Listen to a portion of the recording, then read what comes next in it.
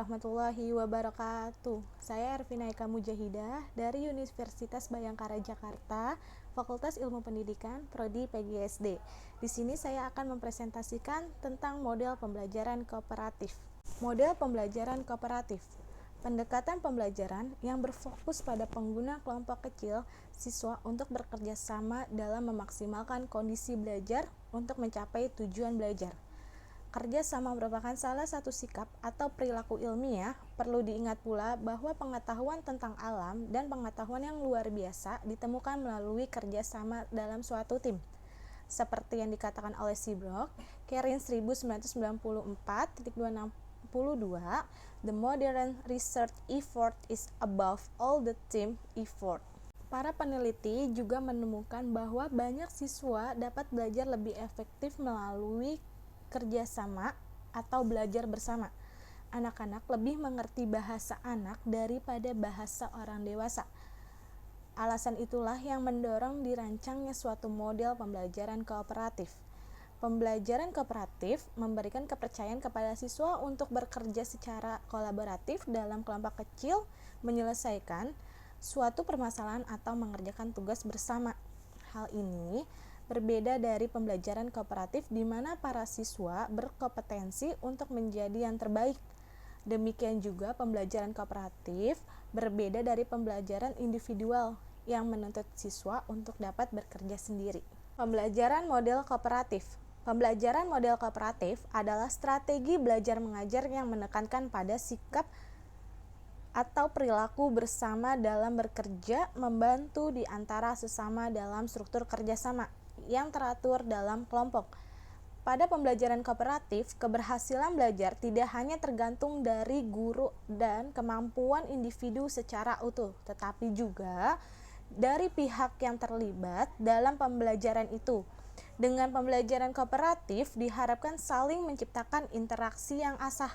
Jadi, ada berinteraksi sesama siswa dan guru, tidak hanya sekedar sendiri berkelompok gitu. Kayak siswa tidak hanya terpaku belajar pada satu guru, tetapi dengan siswa juga harus mendapatkan suatu interaksi agar pembelajaran kooperatif itu berjalan dengan lancar.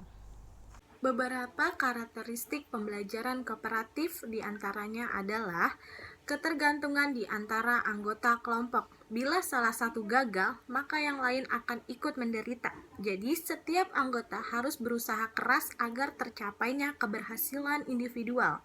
Karena setiap individu yang gagal dan berhasil saling dipengaruhi. Di sini juga ada individual accountability. Jadi, setiap individu mempunyai rasa tanggung jawab untuk menyelesaikan pekerjaan yang menjadi tanggung jawab kelompok agar hasil belajarnya menjadi lebih baik. Lalu ada face-to-face promotive interaction. Adalah setiap anggota kelompok harus saling mempelajarkan dan mendorong agar tujuan dan tugas yang diberikan dapat terkuasai oleh semua anggota kelompok. Terus ada appropriate use of collaborative skills. Dalam kelompok ini setiap individu berlatih untuk dapat dipercayai, mempunyai jiwa kepemimpinan, dapat mengambil keputusan, mampu berkomunikasi, dan memiliki keterampilan untuk mengatur konflik. Yang terakhir ada group processing. Artinya, setiap anggota harus dapat mengatur keberhasilan kelompok secara berkala, mengevaluasi kelompok, serta mengidentifikasi perubahan yang akan dikuasai atau dilakukan agar pekerjaan kelompok lebih efektif lagi. Model pembelajaran kooperatif bermanfaat karena model ini dapat melibatkan siswa secara aktif dalam mengembangkan pengetahuan, sikap, dan keterampilan secara terbuka dan demokratif. Jadi, siswa ini harus lebih bisa menggali informasi-informasi agar pengetahuan dia lebih meluas lagi. Model pembelajaran kooperatif mempunyai peran untuk meningkatkan hasil belajar siswa dalam kelompok dan individual. Saat belajar dalam kelompok ada tanggung jawab dari setiap anggota untuk menguasai materi yang diberikan oleh guru.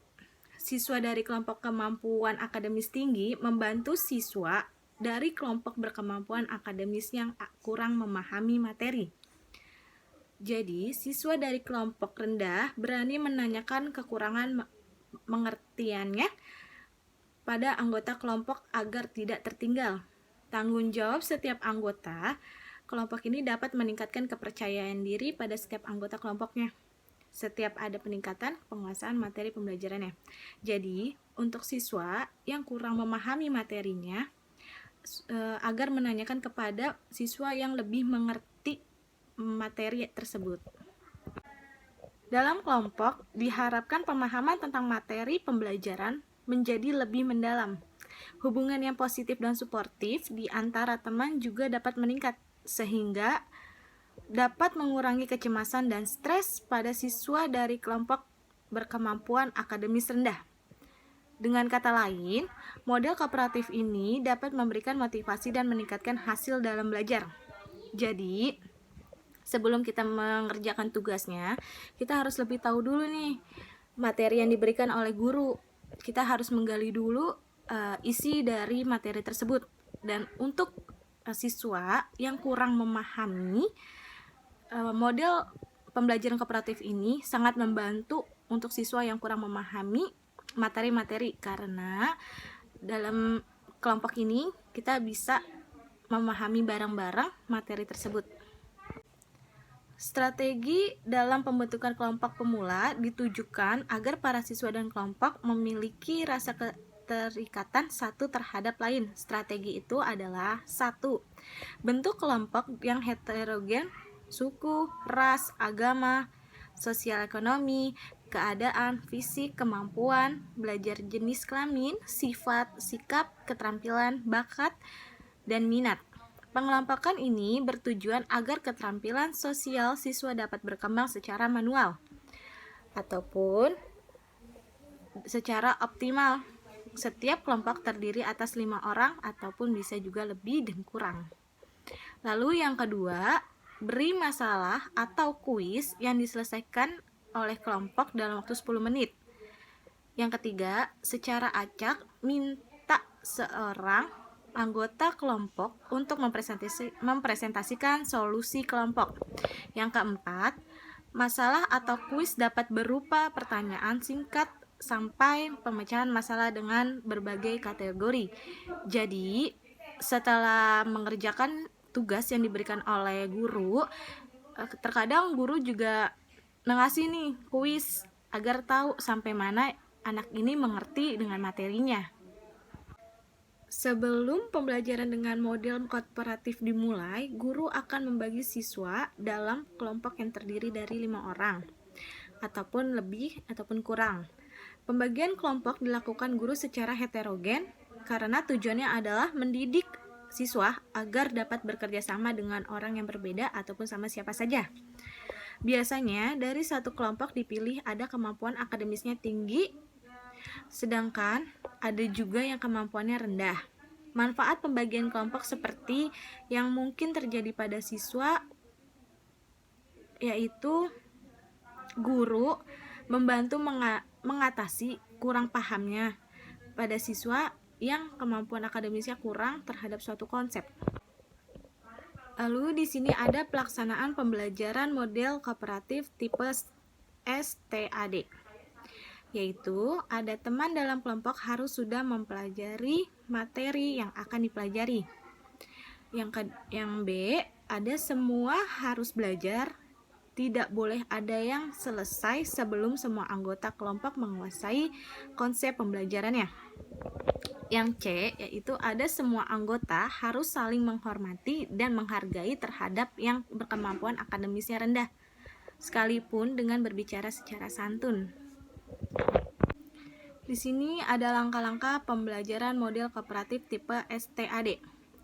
Ada penyampaian materi yang akan dipelajari, kegiatan kelompok, tes individu atau kuis, perhitungan skor perkembangan individu, dan memberikan penghargaan kepada kelompok.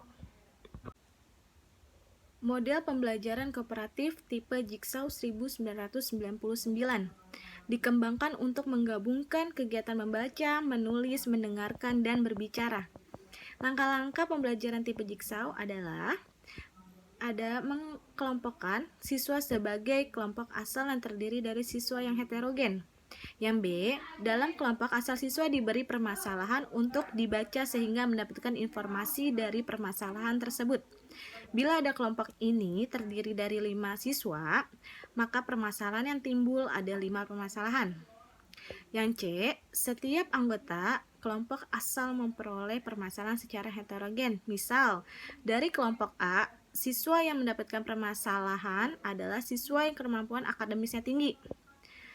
Sedangkan di kelompok B yang dapat permasalahan satu adalah siswa yang berkemampuan akademisnya rendah dan seterusnya. Dengan demikian, kelompok ahli akan diperoleh kelompok yang heterogen pula. Yang D, siswa mendapatkan permasalahan dengan nomor yang sama berkumpul dalam kelompok ahli untuk mendiskusikan topik permasalahan tersebut. Di sini terjadi jika proses pembelajaran. Yang E yaitu setelah menyelesaikan permasalahan di kelompok ahli, para siswa ini kembali pada kelompok asalnya.